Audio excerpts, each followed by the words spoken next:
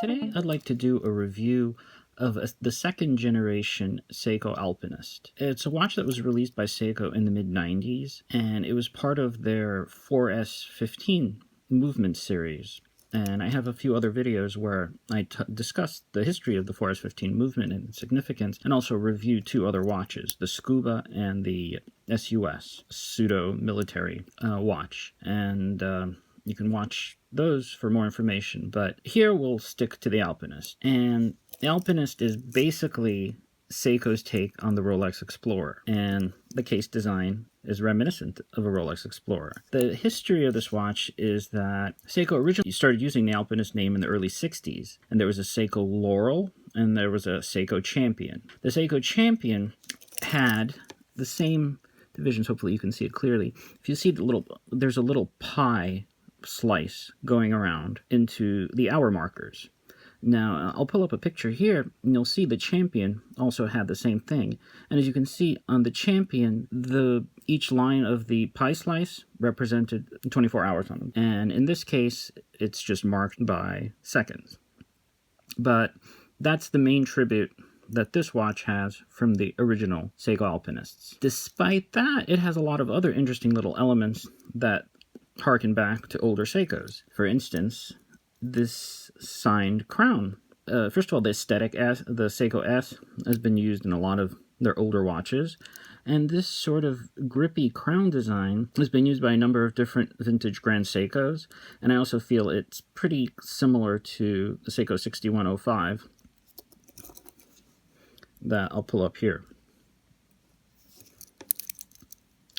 Now, just for what it's worth, the crown at 4 o'clock, that moves the compass bezel, inner bezel, which, since I don't hike or anything like that, I just use to do elapsed time in minutes. There were 3 versions of this that came out in the mid-90s.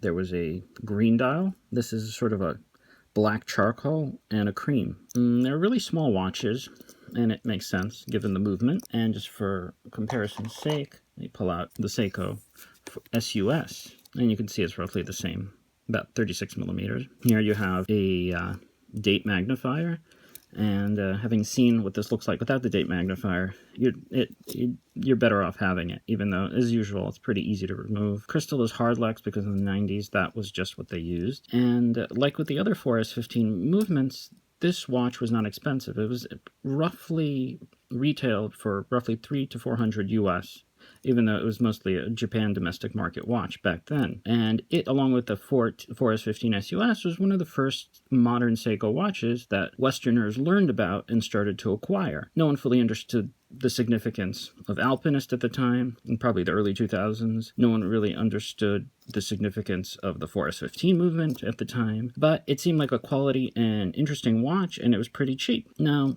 this and the other 4S15 watches Seiko released in the 90s pertain really to them trying to reintroduce mechanical watches to young people.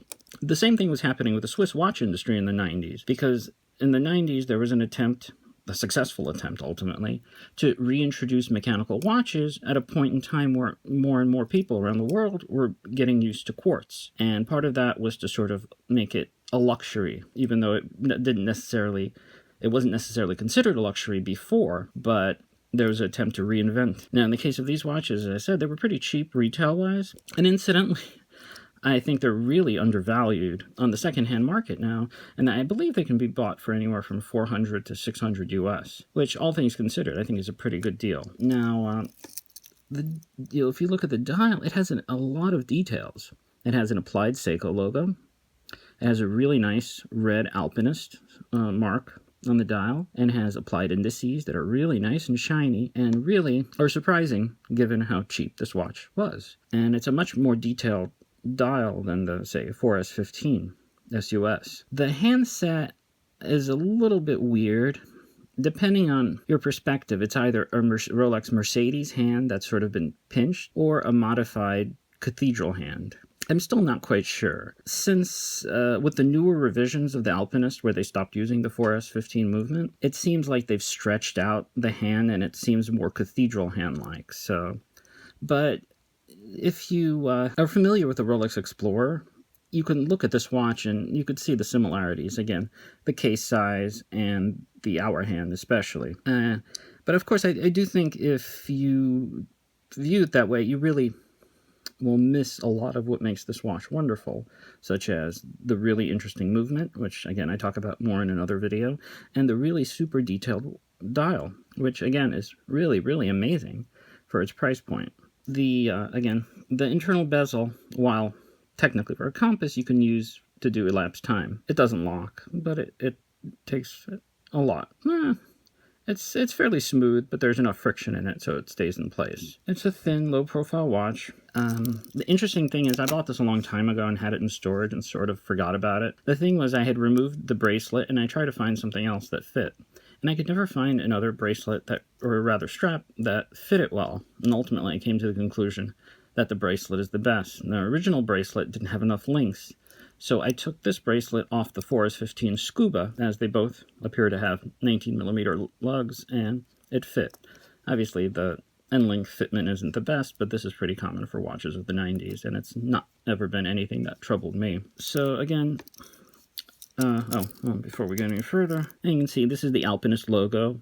This is a logo going back to the 60s, and again, it's basically their take on the Explorer. One thing to keep in mind when I say Seiko's take on the Explorer, when you buy used Seiko watches on Yahoo Auctions Japan, you'll find that the Japanese, for the most part, really do enjoy hiking, because oftentimes watches meant for hiking have been used for hiking, and they have a lot of marks to indicate that. It's sort of funny because I think in the Western world it's not nearly as popular a pastime. I doubt relative terms that a lot of the people who buy a Rolex Explorer hike with it. So that's just been my experience. So it's very common for you to find these watches beat up. This watch is in relatively good condition. There's just a scratch on it. And unfortunately, like many Seiko watches from the 90s, they no longer carry parts. So I guess you can call it vintage-ish, but basically you have to take good care of it, check eBay and the like for spare parts, and that's really all you can do, and have the movement serviced. The 4S15 movement, as I've learned, is a fairly finicky movement. It's definitely something you want to have serviced on a regular basis. Otherwise, it does start losing time. But when you have it serviced, it's really a joy to wear. The lume on this is good, as is typical for a Seiko watch from the 90s, and it's really pleasant to wear. And this is exactly the kind of watch that I can imagine in the early 2000s would start a watch forum flame war, where people would accuse it of just being a blatant copy of Rolex Explorer. And again, with the general case size and the hour hand, I could see where someone comes from that, but I think it has enough unique features, and certainly the first generation of Seiko Alpinist from the 60s don't really resemble a Rolex Explorer. Matter of fact, they're just sort of a generic take on a sports watch from the early 60s. So I think basically my point is, I think the watch is unique enough, even though it has sort of, I guess, tangentially associated with the Rolex Explorer, that it really deserves to be viewed on its own merit. And it's not terribly, again, as I said before, collectible, not terribly valuable. And while I guess from the perspective of what I think deserves to be valued, I think that's a shame, but for someone who appreciates them, it makes it easier to obtain more. So that's my take on that. But it's overall a really wonderful little watch with just an incredible number of great little touches that I find myself appreciating more and more every day. And again, I've not really had much success trying to find a strap for it, a textile strap for it, that works, and it just seems that the bracelet really is the best. And I guess that's about it for this video, and as usual, thanks for watching.